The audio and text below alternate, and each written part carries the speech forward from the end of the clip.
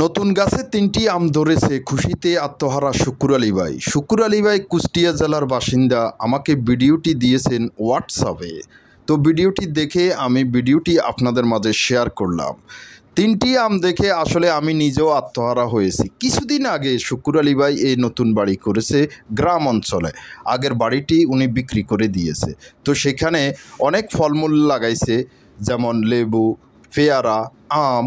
তো সেই নতুন গাছে অল্প কিছুদিন আগে নতুন গাছে এখন ৩টি আম ধরেছে।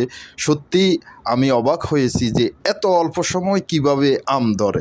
আর আম আমাদের সকলেরই পছন্দ, ছোট বড় থেকে শুরু করি সবাই কিন্তু আম খেতে পছন্দ করেন। আর আম, কাঁঠাল, লিচু এগুলো আমাদের জাতীয় ফল।